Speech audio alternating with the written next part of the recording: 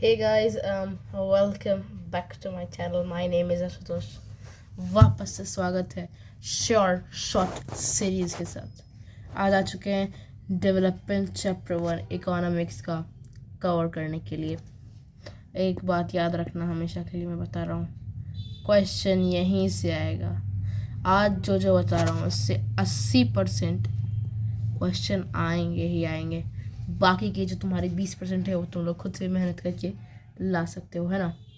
सही बोल रहा हो कि नहीं? चलो शुरू करते हैं बिना किसी देरी के, क्या है ना. चलो, सबसे पहले बात करेंगे डेवलपमेंट. आखिर डेवलपमेंट में हमें क्या क्या जानना है. ठीक है, सबसे पहले बात कर लेते हैं हम लोग कि क्या है डेवलपमेंट के इस चैप्टर में. बात करेंगे इंडिविजुअल डेवलपमेंट की, जैसे different people have different goals जिससे वो डेवलप कर सकते हैं. उसके बाद हम लोग पढ़ने जा रहे हैं नेशनल डेवलपमेंट की, कंट्रीज़ कैसे डेवलप करती हैं on the basis of HDR, human development index. उसके बाद फिर इनकम के बेसिस पे कैसे होता है. फिर उसके बाद इनकम एंड अदर क्राइटेरियाज हैं. फिर सस्टेनेबल डेवलपमेंट के बारे में देखना है हमें कि क्या है प्रभु सस्टेनेबल डेवलपमेंट. ठीक है, आओ शुरू करते हैं बिना किसी देरी के.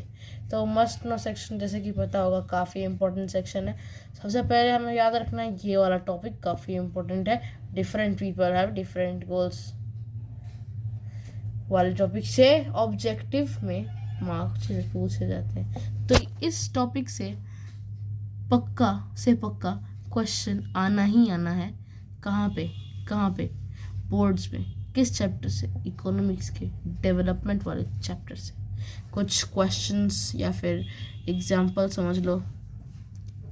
Landless rural labourer, more days of work, better wages, prosperous farmer from Punjab, assured of family high income through higher support for prices. ठीक है, सिमिलरली बहुत सारे और एग्जांपल दिए गए हैं. NCERT में दिया हुआ है, जाके पढ़ लो. ये इंपॉर्टेंट है, ये पढ़ के जाना है. ठीक है, उसके बाद फिर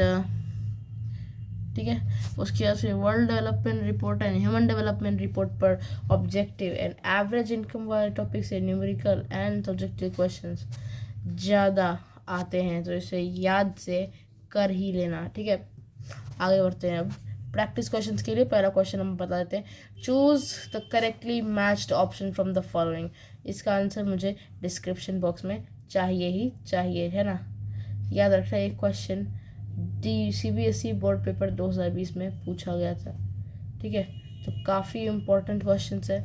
2020 में पूछा गया था और ये वाला 2019 में पूछा गया था. तो ये दोनों ही क्वेश्चंस वेरी इंपॉर्टेंट. ऑलराइट, अब आगे देखते हैं. ये अगर तुम देखोगे, assume there are 4 families in a locality. Income of each family is 6,000, 4,000, 7,000, 3,000. Simply हमें यूज़ करना है यहाँ पे क्या, एवरेज का यूज़ करेंगे. मेन का जो फॉर्मूला होता है उसके हेल्प से हम लोग इसे इजीली इसका आंसर पता कर सकते हैं. फिर और चीज़ें जैसे कि इनकम एंड अदर क्राइटेरिया का टेबल एंड डेफिनेशन. याद रखना, टेबल से काफ़ी क्वेश्चन पूछे जाते हैं और ये गारंटी के साथ मैं बता रहा हूँ छप जाएगा. ये क्वेश्चन पक्का एग्जाम में आने ही आने, तो इसे पार किया जाना है. ह्यूमन डेवलपमेंट रिपोर्ट वाले टॉपिक से objective, subjective and data based question हर साल आए हैं, तो इस साल भी आएंगे ही आएंगे. ठीक है, सस्टेनेबिलिटी ऑफ डेवलपमेंट पर subjective question in the form of value based question आए गए हैं, तो इस बार में प्रोबेबिलिटी है उसका आने का. ठीक है, तो उसके बाद अगर हम लोग देखें आगे कि जो प्रैक्टिस क्वेश्चंस में हम लोगों ने देखा था कि ये CBSE बोर्ड 2020 का सेट में था और ये CBSE बोर्ड 2023 के सेट में पूछा गया था, है कि नहीं. तो ये सभी क्वेश्चंस काफ़ी इंपॉर्टेंट है कि नहीं. अब आगे देखते हैं. ये जो टॉपिक आपको दिख रहा होगा, डिफाइंड लिटरेसी रेट, ये क्वेश्चंस MCQ में पक्का आएंगे. इसे याद से याद करके जाओगे, इसके प्रैक्टिस करोगे. MCQ डेवलपमेंट वाले चैप्टर से पूछे जाते हैं, पता होना चाहिए. ठीक है, डेवलपमेंट से MCQ ही पूछा जाएगा ज़्यादा. और प्रैक्टिस क्वेश्चंस के लिए मैंने आपको दे दिया है union development, UNDP for measuring world bank. जैसे UNDP मैंने क्या क्या दिया था कि जैसे कि UNDP ने बस पर कैपिटा इनकम को किया था, unlike the human development index जिसमें literacy rate was important, infant mortality rate is important, life expectancy is important, and many other factors which are important for development. ठीक है जी. फिर why should we use natural resources properly and judicially, explain your views. important question है, पढ़ के जाना. और questions per capita के हिसाब से what do you mean by per capita income. आपको डब्ल्यू क्या था यहाँ पे आप देख सकते हो, यूएनडीपी ने जो वर्ल्ड बैंक जो बनाता है वही है पर कैपिटा इनकम. इसमें क्या दिक्कत हो सकता है. The per capita income of a country is the total income of the country divided by it's total population. यानी कि एक तरह का एवरेज है जो हर पर्सन कमा सकता है, वो एवरेज दिखाएगा उसमें. उसके बाद फिर it is used to compare the development of the countries with the World Bank. यानी कि पैसों के हिसाब से according to the financial conditions the country are being